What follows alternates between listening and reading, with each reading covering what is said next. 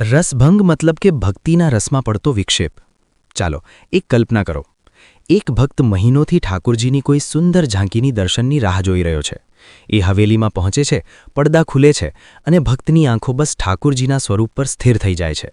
એક ક્ષણે એનું મન, એની ચેતના, એની બધી જ ઇન્દ્રિયો ઠાકુરજીના સ્વરૂપનું પાન કરી રહી હોય છે. એ એક પ્રકારની તન્મયતાની અવસ્થા છે, ધ્યાનની અવસ્થા જેવું. હા, બિલકુલ. દુનિયા વિસરાઈ ગઈ છે. માત્ર ઠાકુરજી અને ભક્ત જ ત્યાં છે.